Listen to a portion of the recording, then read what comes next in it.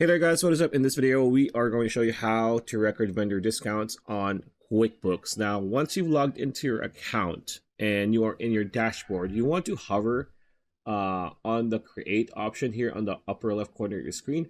On the paid version, there's going to be a tab here that says vendors, right? And on vendors, you're going to have an option called vendor credits. So as you can see here, this is the free trial. You don't have the option. You only have customer, suppliers, team, and other.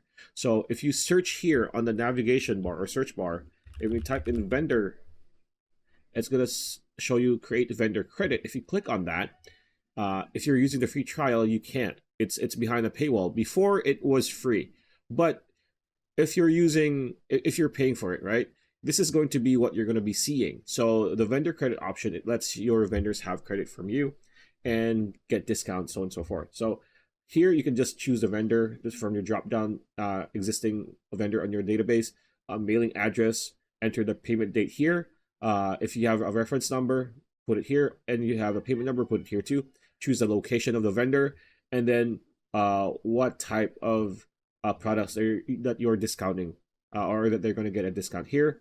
And if there are any attachments like soft copies or screenshots of whatever document, put it here too.